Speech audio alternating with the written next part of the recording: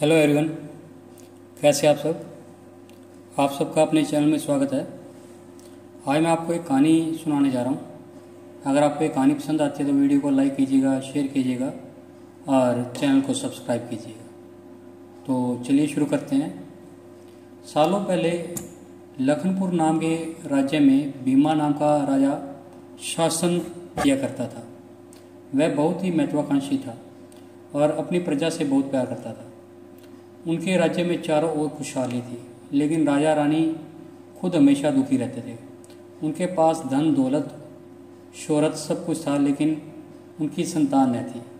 संतान पाने के लिए राजा और रानी पूजा पाठ जप तप सब कुछ करके देख चुके थे, लेकिन कोई फ़ायदा नहीं हुआ। एक दिन महर्षि के कहने पर राजा ने महायज्ञ कराने का फैसला किया। यज्ञ और भगवान के प्रताप से राजा को एक बहुत ही सुंदर कन्या प्राप्त हुई। राजा रानी के साथ पूरी प्रजा खुशी से झूमने लगी। राज्य में चारों तरफ फिर से खुशी का माहौल छा गया। राजा ने सारे नगरवासियों को पिता बनने की खुशी में भोज पर आमंत्रित किया। धीरे धीरे समय बीतने लगा। राजकुमारी बड़ी होने लगी और काफ़ी सुंदर और गुणवान थी। राजा रानी उसे देखकर ही खुश रहने लगे, लेकिन एक दिन उनकी खुशी को मानो जैसे नज़र लग गई। राजकुमारी बीमार पड़ गई। बड़े बड़े वैद्य नीम हकीम सब इलाज करने में जुट गए, लेकिन कोई फ़ायदा नहीं हुआ। दिन प्रतिदिन राजकुमारी की हालत बिगड़ती गई। राजकुमारी के ऊपर कोई दवा असर नहीं कर रही थी। राजा को लगने लगा कि एक बार फिर से वो निसंतान हो जाएंगे। एक दिन दूर देश से एक वैद्य राजा के महल पहुंचा। देखने में वह बहुत ही अजीब सा लग रहा था और उसने ठीक से कपड़े भी नहीं पहने हुए थे, जिस वजह से सैनिकों ने उसे राजमहल में प्रवेश करने से रोक दिया। वैद्य ने राजा से एक बार मिलने की बहुत ही गुजारिश करते हुए कहा कि मैं राजकुमारी को ठीक कर सकता हूँ, लेकिन किसी ने उसकी बात पर यकीन नहीं किया। सैनिक उस दिन वैद्य को राजा के पास ले गए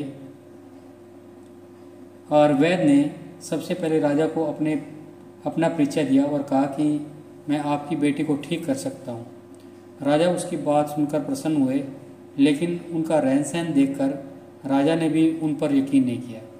उधर राजकुमारी की तबीयत दिन प्रतिदिन खराब होती जा रही थी, इसलिए राजा किसी भी वैद्य पर यकीन नहीं कर पा रहे थे। लेकिन उस वैद्य का आत्मविश्वास देखकर राजा ने उसे एक मौका देने का फैसला कर लिया। राजा ने वैद्य को बोला कि अगर राजकुमारी ठीक नहीं हुई तो इसका अंजाम उसे भुगतना होगा। इस पर वैद्य ने बोला कि ठीक है, लेकिन अगर राजकुमारी ठीक हो गई तो मुझे क्या मिलेगा। राजा ने कहा जो मांगोगे वही मिलेगा। वैद्य राजी हो गया। राजा खुद उस वैद्य को लेकर राजकुमारी के पास गया। राजकुमारी बिस्तर पर बेजान सी लेटी हुई थी। ऐसा लग रहा था कि जैसे किसी ने उसका सारा नूर छीन लिया हो। चेहरा दर्द में डूबा पीला पड़ गया था। वैद्य राजकुमारी के करीब पहुंचा और नब्ज टटोलने लगा। फिर उसने थैले से जड़ी बूटियों से तैयार दवा की पुड़िया निकाली और राजकुमारी के मुंह में डाल दी। वैद्य ने राजा और रानी से बोला कि आपकी बेटी जल्दी ठीक हो जाएगी। वैद्य की बात सुनकर राजा रानी के मन में बेटी के ठीक होने की एक उम्मीद की किरण जाग उठी। ऐसे ही इलाज करते करते 2 महीने बीत गए। धीरे धीरे राजकुमारी की हालत में सुधार होने लगा। उसके चेहरे की चमक लौटने लगी। राजा रानी के चेहरे की खुशी भी छलकने लगी। एक दिन वैद्य ने राजा से कहा, महाराज, राजकुमारी अब ठीक हो गई है।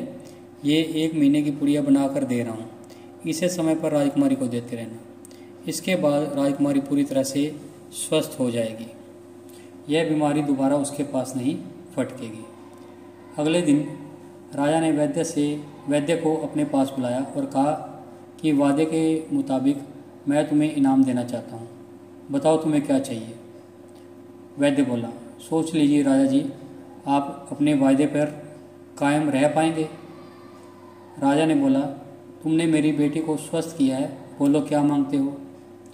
वैद्य ने मुस्कुराते हुए कहा, आपका आधा राज्य और आपकी बेटी का हाथ। इतना सुनते ही राजा आग बबूला हो गया। उसने कड़कते हुए कहा, तुम होश में तो हो? अगर तुमने मेरी बेटी के प्राणों की रक्षा न की होती तो तुम अब तक यमलोक पहुंच चुके होते। उसने सैनिकों को आदेश दिया कि इसे राज्य से बाहर निकाल दिया जाए। वैद्य कुटिलता से मुस्कुराते हुए वहाँ से चला गया। इस घटना के कुछ दिन ही बीते थे कि एक दिन फिर राजकुमारी की हालत बिगड़ गई। उसका शरीर नीला पड़ गया।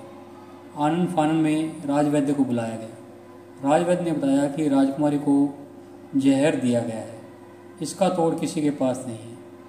कुछ देर बाद राजकुमारी ने दम तोड़ दिया। पूरे राज्य में मातम सा छा गया। राजा रानी शोक में डूब गए।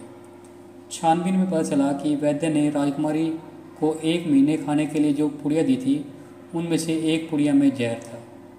वैद्य को पहले से ही शक था कि राजा उसकी बात नहीं मानेगा, इसलिए उसने एक पुड़िया में जहर भरकर रख दिया था। उसने सोचा कि अगर राजा शादी के लिए मान जाता है तो वह जहर वाली पुड़ी हटा देगा, लेकिन अगर नहीं माना तो इसकी सज़ा राजकुमारी को भुगतनी होगी। वैद्य की चाल कामयाब हो गई। इस कहानी से हमें सीख मिलती है कि अगर किसी से कोई वादा किया है तो हमें उसे पूरा ज़रूर करना चाहिए। तो आपको ये कहानी कैसी लगी? अगर पसंद आई है तो वीडियो को लाइक कीजिएगा, शेयर कीजिएगा, चैनल को सब्सक्राइब कीजिएगा और बेल वाला बटन ज़रूर दबाएं ताकि ऐसी कोई और वीडियो हम डालें तो उसकी नोटिफिकेशन आपको मिल जाए। Thank you.